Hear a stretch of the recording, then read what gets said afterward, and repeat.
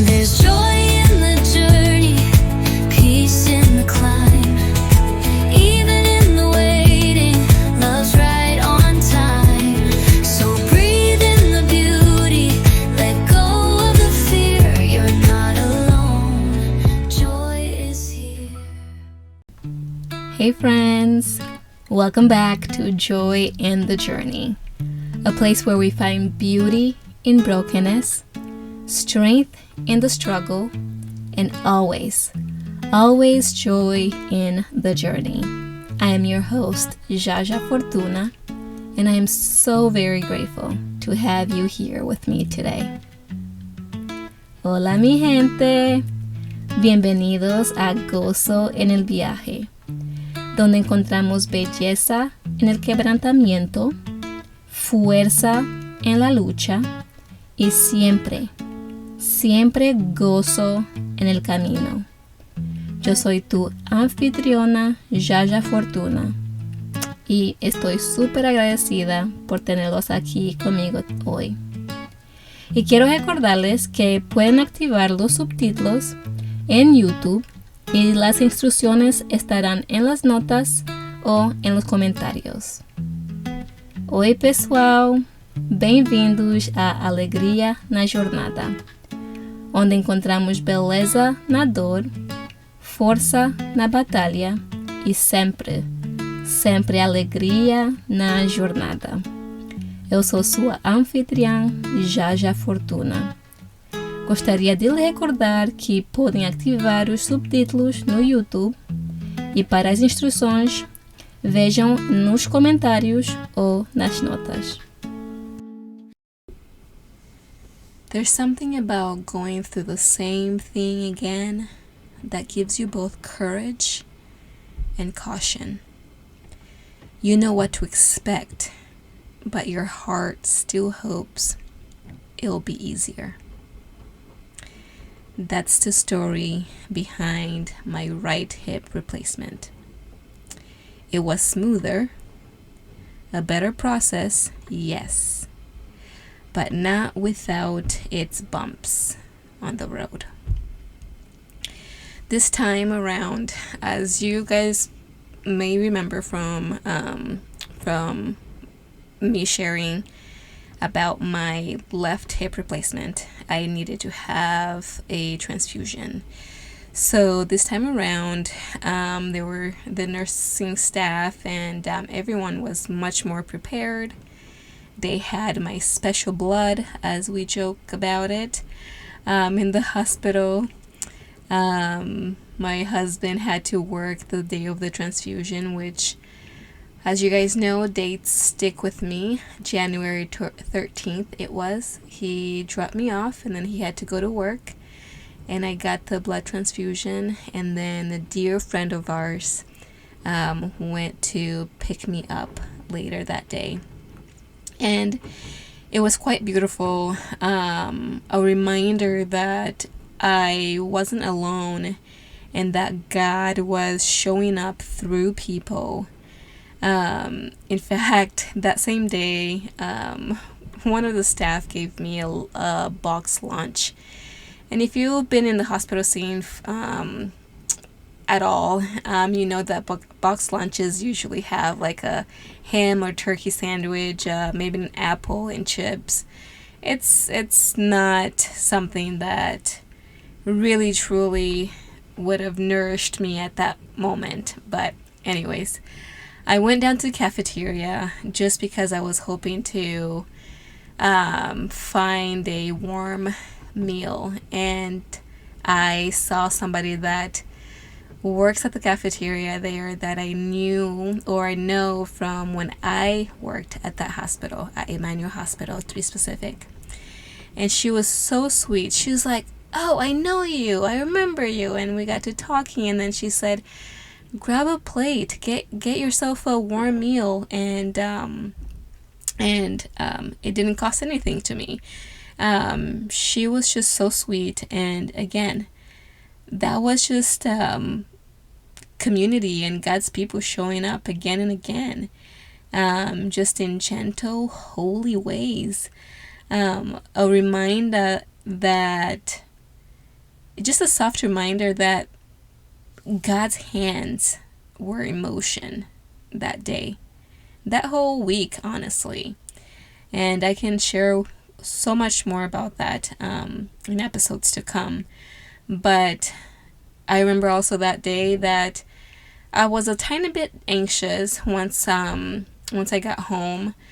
I was anxious for the next day, January 14th, for the surgery because it was going to be in the afternoon. And the first surgery was in the morning, which was preferable to me at least. And maybe I'm confusing them too. The first one was also in the afternoon.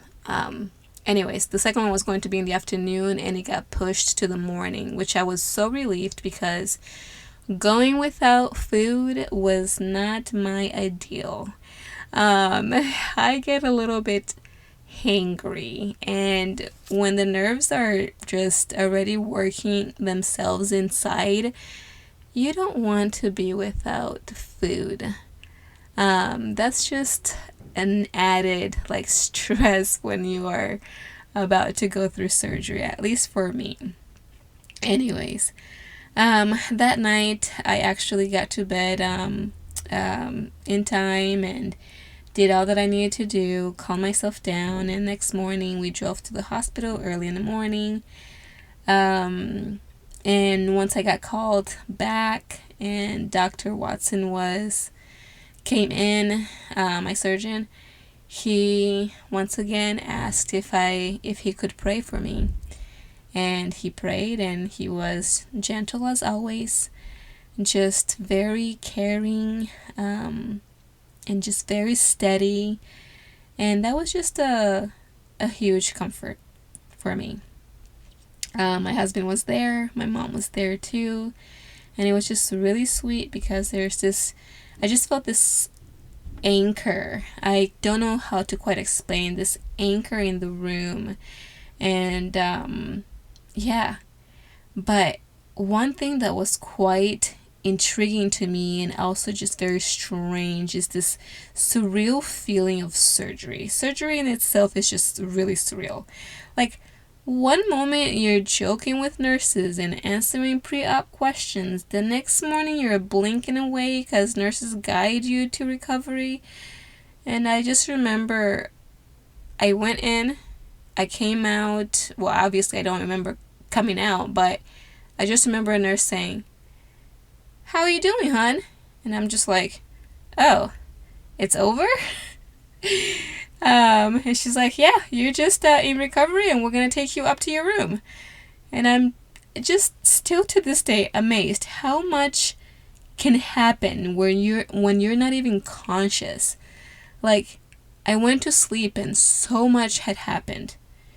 And honestly, I'm just so thankful for advanced medicine that that it happens this way, and that you don't have to feel any of it. Anyways, surgery went really well, honestly, and my left hip had it was so much more damage there. And this part is going to be a little bit more informative. The left side of my hip was worse. I think it was just taking all the weight, and it was just like deteriorated so much more that the surgery in itself was longer.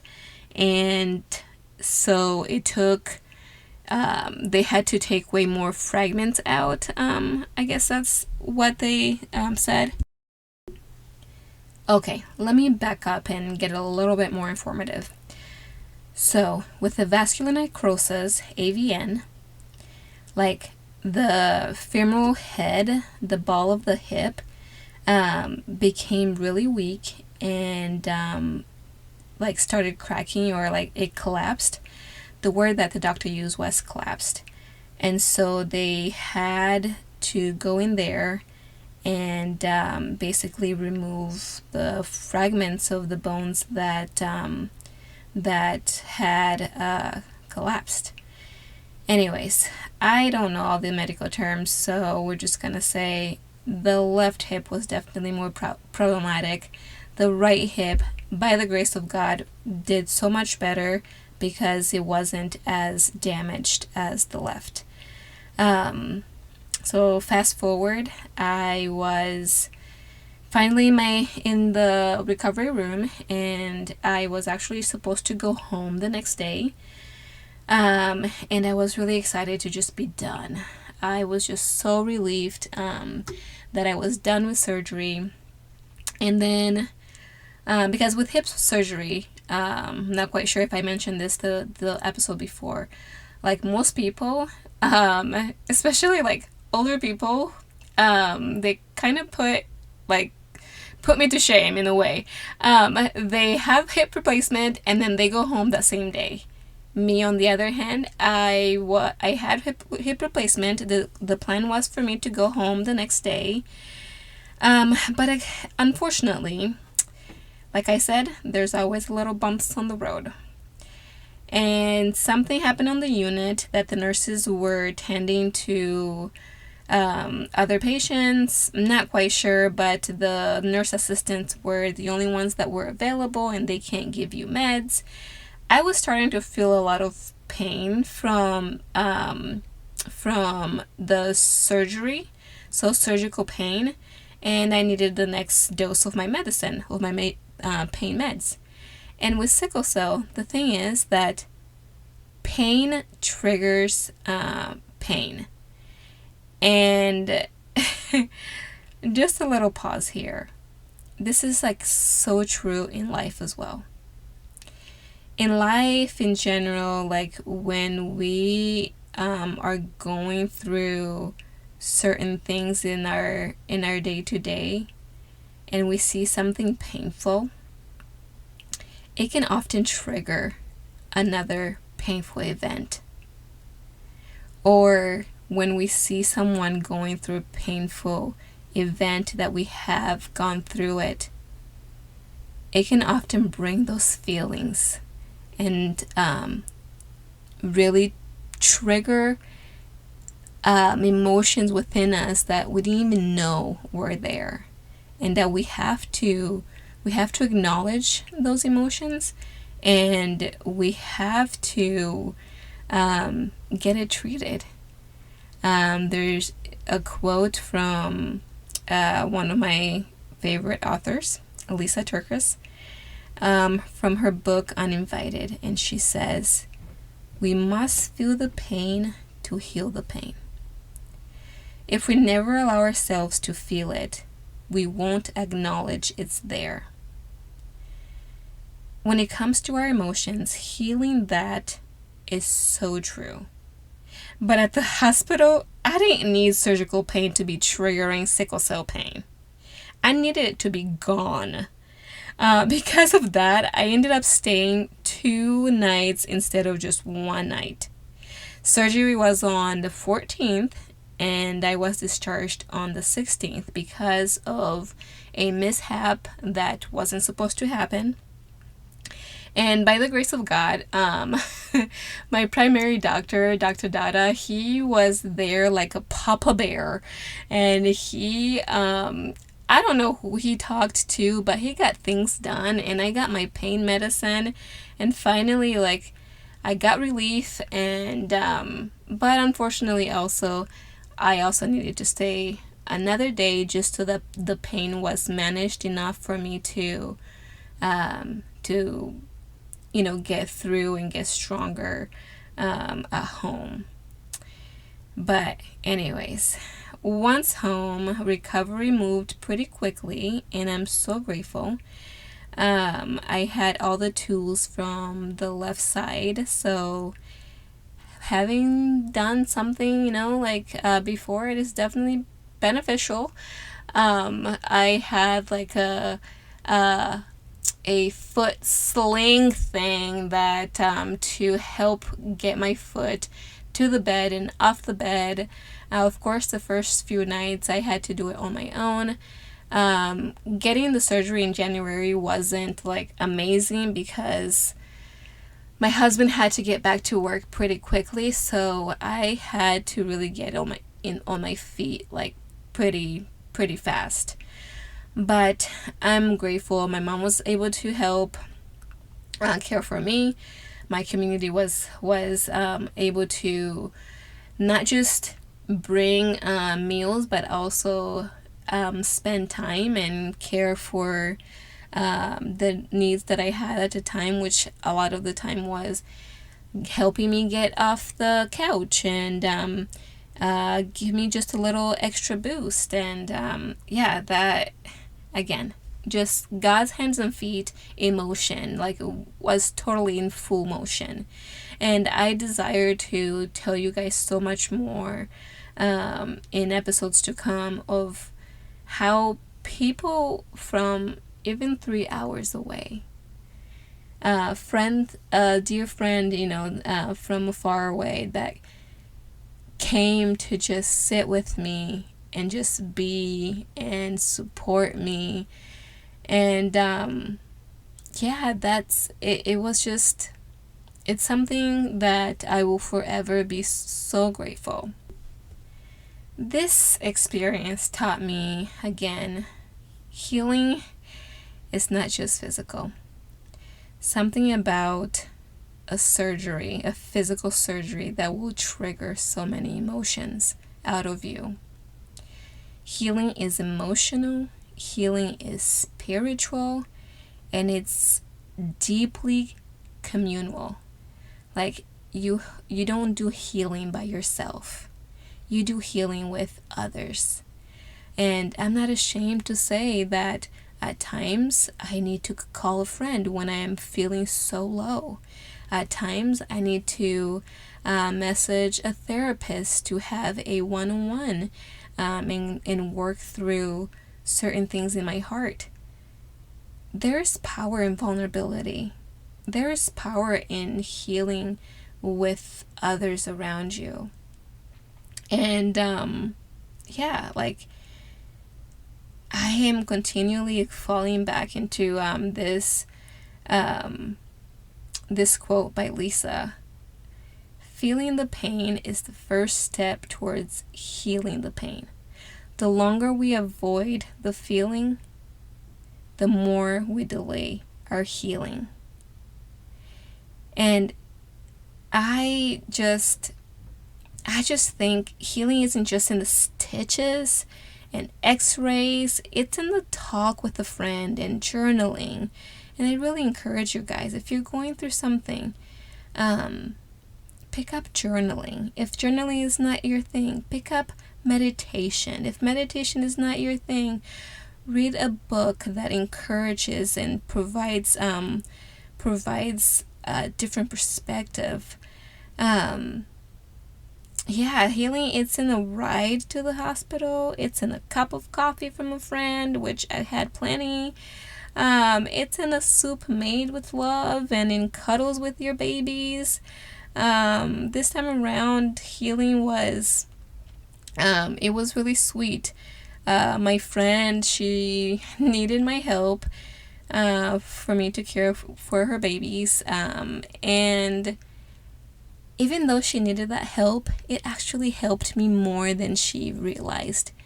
All the cuddles from my baby girl, I'm just gonna say C, and W, baby boy, it was just so sweet. And it just makes me think healing is also in knowing you're not walking alone, even if you're using a walker. I ended up actually, during the first surgery, I didn't get discharged from my walker because after your surgery you go in for a 2-week post-op, and